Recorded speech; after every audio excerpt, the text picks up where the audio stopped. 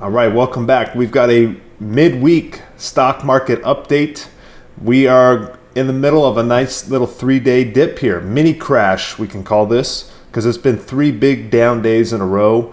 And this is just after the S&P hit an all-time high last week.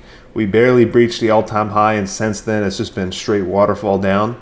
Now the S&P's at an interesting spot here, because if we zoom out, we've held up on this steep uptrend a few times, so potentially rolling over, potentially this is just a dip that gets bought up and we bounce back up. Tomorrow will give us a lot of indication of what that looks like, because we have NVIDIA's earnings, and I believe that'll be the catalyst to either push us back up or push us down to new lows, new relative lows. So S&P, NASDAQ both down a decent amount, but there has been a little bit of a recovery here intraday. NASDAQ was down up to 2%, and we're just about 1.3% currently. So about 10 minutes left in the market. We'll see how the market closes. Gold is down 1%. We've got oil down 2%. Oil, we'll see what happens if we can get back down to this $66 level. If we hold it or if we finally break through, we'll see. Bitcoin, big move down the last couple of days. Did breach down to 85. So we are looking at 82 is my next target for Bitcoin. That's another 6.5% down. We'll see if we hold that. If not, then we're looking at 72. That will not be pretty. So we'll have to wait and see. Again, thesis for Bitcoin, we're probably chopping sideways. We're going to have these wicks down. We're going to touch the upper side of the trend and keep wicking down. We'll chop sideways for 200 days before we finally make our next move back to the upside. So being patient there. Now, the big news for today is going to be the bonds. So the 10-year yield is really making a nice move to the downside, which is great. So we're seeing the market flip from hot numbers when it comes to inflation to being more worried about a slow economy, recession, layoffs, things like that. Slowing growth.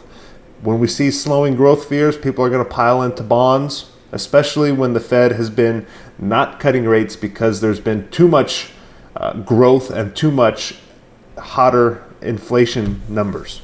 So now that people are more worried about a slowing economy, you're going to see people get more defensive. They're selling off technology stocks, going into defensive stocks, and going into bonds as well. So we're seeing that clear rotation in the market from the risk on to more risk off. Now bonds are risk off. So when people buy bonds, the yield comes down. This is good news because we are seeing the potential for the Fed to cut rates sooner and more frequently in the near-term future if there is enough pain. To me, this is a warranted pullback. This is a wanted pullback. We need a mini recession. Hopefully it's nothing crazy, but we need some softness in the economy to lower the inflation numbers, to bring interest rates down so the market can recover and heal. Banks can lend money. People can buy homes because the rates aren't so high. And then we can move on and move forward in the next business cycle. So we need a little mini recession to finally cleanse this market cycle and then move on to the next thing. Now, obviously, we don't want a 2008 or a pandemic crash or anything crazy like that, but this is how things work. The market is cyclical. We can't just keep going up, and forever at all times. So we will see where the yields bottom out, but to me, this is a good sign. We want to see the yields come down. But this big trend line here from the pandemic lows, we'll see if this holds up. We still got a long ways to go to get to 4%. But it's better that we see 4% than we see 5%. Because if we see 5% on the 10-year yield, that's probably when things start to break and we have some real problems on our hands. Okay, so I said tomorrow NVIDIA's earnings, so we'll talk about that in a little bit. We've got some big moves to the downside. Tesla down 10%, Apple holding up strong. We already talked about Bitcoin. Amazon with a little bit of a recovery, a nice looking recovery here so far on the daily chart. It was down to 205. We're already back up to 212. So that's a nice, someone bought the dip there. a few more names that we can look at. I know Meta's had a nice move to the downside, 650. We've got PLTR already down 30%, filling that gap pretty nicely here. So wouldn't be surprised if we get a nice bounce tomorrow, but again, there's a lot of noise out there, and this to me is not the time to make any rash decisions. I'm not doing anything super aggressive on the buy side, and I'm definitely not doing anything super aggressive on the sell side.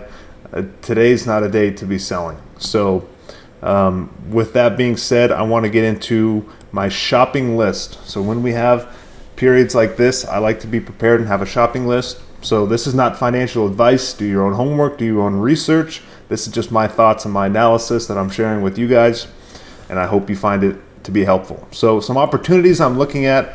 I wrote this over the weekend.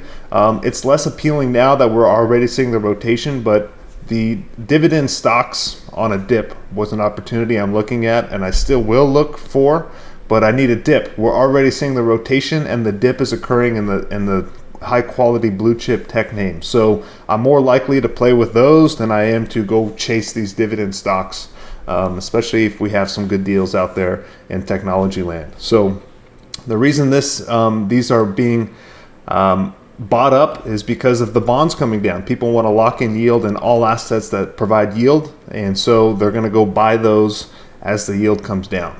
So for example, a company like VICI Properties, they offer a 6% dividend yield, and if the bond yield keeps coming down, that's going to look more and more attractive because they can get more in a REIT like VICI than they can in a bond. And VICI it's not at the bottom, but it's not at an all-time high like some of these technology stocks were. So ETFs, I will be looking to dollar cost average in a little bit. We need a bigger pullback for me to dollar cost average in some of these ETFs, just especially because my cost basis is so low in some of these. The one that's closest right now is SMH and IBIT, but as far as the Qs, I'll be waiting a little bit more, and I'm looking to add another just broad-based S&P 500 ETF like VOO, but I'm looking to dollar cost average anytime we get a nice dip in the market. I'd look to add to the ETFs that I know and hold.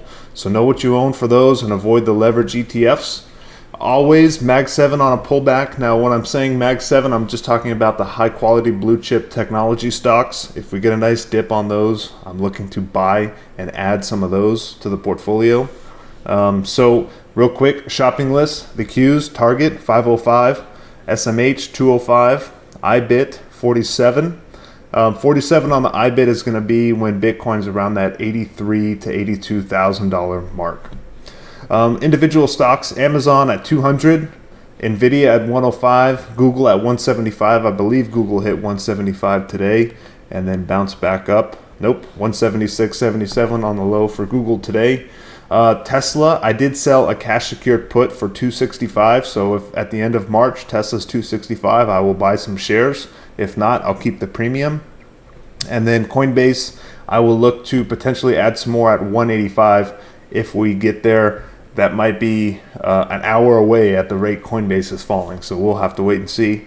Some other names that I'm looking at potentially adding into the portfolio: SOFI, $11, AMD maybe under 90 on AMD because it looks very weak. Intel, $20. Now these semiconductor names, a lot of it's going to be dictated on how NVIDIA does. If NVIDIA is at 105, I will not even be looking at AMD or Intel. I'll be building that position out.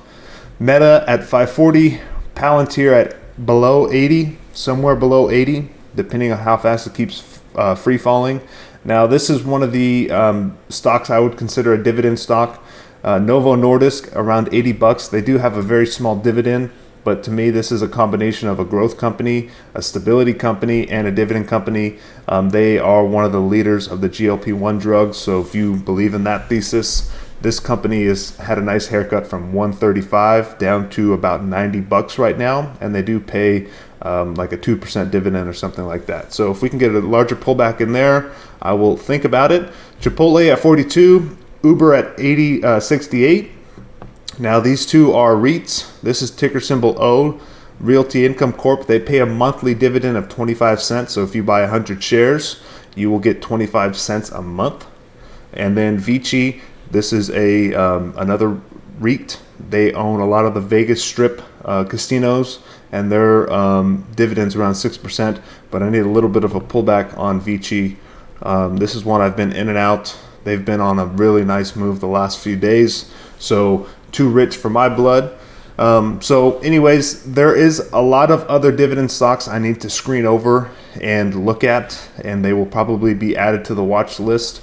But as of right now, I think there's a few stocks that I will be nibbling on. As far as Google, we'll see how NVIDIA does tomorrow, and we'll see how Amazon continues to recover. Those are the things I'm mainly looking at right now, and then waiting to see how much more we have to the downside on the market. But that is your weekly, midweek stock market update. A little bit of a chaotic week so far, and we're just getting started because we've got NVIDIA earnings. So stay tuned for the update on that. Until then, enjoy the rest of your day, and peace out.